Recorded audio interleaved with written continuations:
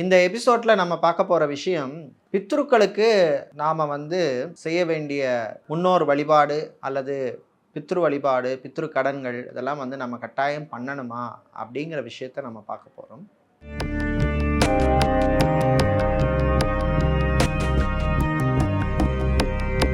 ரகசிய உண்மைகள் நேயர்கள் அனைவருக்கும் வணக்கம். பித்ருக்கள் இருந்தா தான் முதல் நம்ம இருக்க முடியும் அப்படிங்கிறது ஃபர்ஸ்ட் விஷயம்.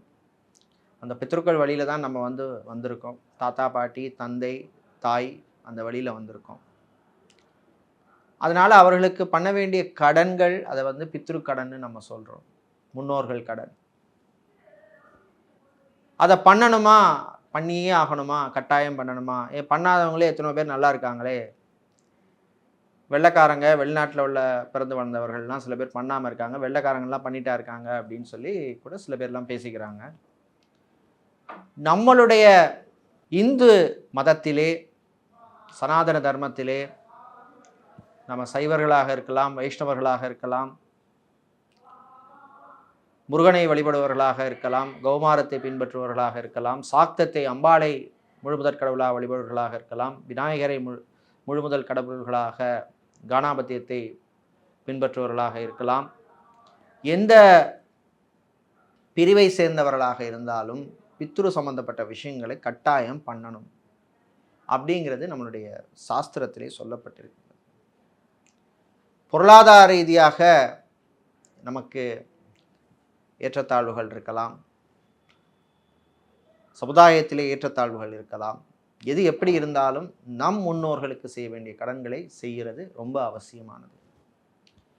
ஜோதிட ரீதியாக கூட நம்ம பார்த்தோம்னா பித்ருதோஷங்கிறது இன்றைக்கி எல்லாருமே சொல்கிற ஒரு பாப்புலர் வேர்ட் ஆகிடுது. அதுக்கு திலஹோமம் பண்ணணும், அதுக்கு பரிகார பூஜை பண்ணணும், பரிகார ஹோமம் பண்ணணும், இப்படி நிறைய விஷயங்கள்லாம் நம்ம பேசிக்கிறோம்.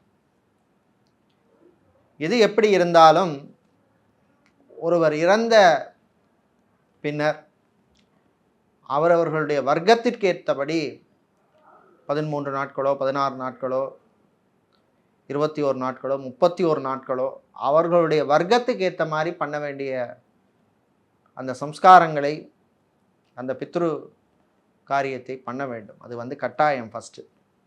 அதுக்கப்புறம் முதல் வருஷம் பண்ண வேண்டியதையும் நிச்சயமாக பண்ணணும். ஏன்னா ஒரு ஆத்மா எடுத்திங்கன்னா அந்த ஆத்மா இறந்ததற்கு பின்னர் அவருடைய பயணம், அது அவருக்கு பித்ருலோகமாக இருக்கலாம், சிவலோகமாக இருக்கலாம், இல்லை வைகுண்டமாக இருக்கலாம், விஷ்ணுலோகமாக இருக்கலாம்.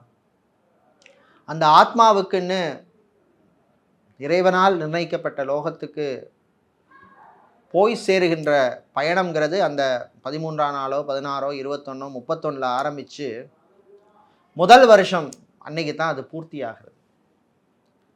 அதற்கு பிறகும் பார்த்திங்கன்னா ஒவ்வொரு வருஷம் அவர்கள் இறந்த மாதத்தில் வளர்பிறையோ தேய்பிறையோ வர்ற திதிகளில் நம்மளால் முடிந்த அந்த பித்ரு கடனை செய்ய வேண்டும்.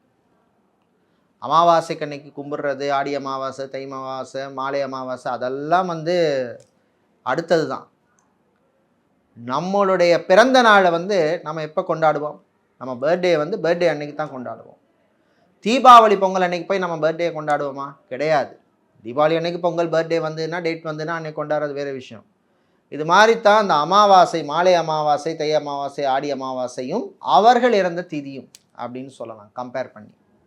அதனால் எப்போவுமே அவர்கள் இறந்த திதி அன்று ஒவ்வொரு வருஷமும் நிச்சயமாக அவர்களுக்கு செய்ய வேண்டிய அந்த எள்ளும் தண்ணியும் ஊற்றி பண்ண வேண்டிய அந்த காரியத்தை, அந்த விஷயத்தை அவர்களுக்கு பண்ணினால்தான் அந்த தாகம், பித்ருக்களின் தாகம் தீரும்.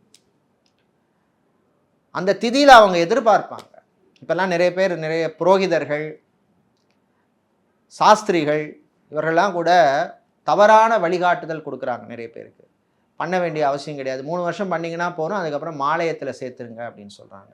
அப்படி எங்கேயுமே சொல்லப்படவில்லை. இதெல்லாம் தவறான வழிகாட்டுதல்கள். யாராக இருந்தாலும் ஒரு வயசு மட்டும் தொடர்ந்து பித்ரு காரியங்களை தொடர்ந்து பண்ணணும்.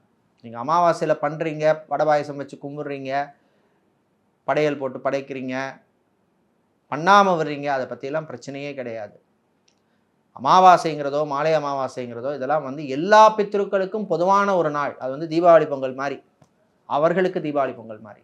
ஆனால் அவர்கள் இறந்த திதியிலே கட்டாயம் ஒவ்வொரு வருஷமும் பண்ணணும். உங்களுடைய பொருளாதார வசதிக்கேற்ப நீங்கள் வந்து அதை பண்ணிக்கலாம். இதை பண்ணாமல் விடுறது தான் நாளைக்கு வந்து இந்த பித்ரு தோஷமாகவோ பித்ரு சோகமாகவோ பித்ரு சம்பந்தப்பட்ட பிரச்சனைகள் வந்து நமக்கு வந்து போகுது. இதனால் வந்து கல்யாணம் லேட் ஆகிறது, குழந்தை பாக்கியத்தில் பிரச்சனை, தம்பதிகளிடையே ஒற்றுமை இல்லாமல் இருக்கிறது, பிரிஞ்சு போகிறது, பொருளாதார ரீதியாக முன்னேற்றம் இல்லாமல் இருக்கிறது, வீட்டில் ஒரு சுபீட்சம் இல்லாமல் இருக்குது, லக்ஷ்மி கடாட்சம் இல்லாமல் இருக்கிறதுக்கெல்லாம் ஒரு காரணம் அப்படின்னு எடுத்தோம்னா இந்த பித்ரு வழிபாடு தான். இந்த பித்ரு வழிபாடை பண்ணிட்டு வாங்க, நிச்சயமாக வாழ்க்கையில் வசந்தம் ஏற்படும். மீண்டும் சந்திப்போம்.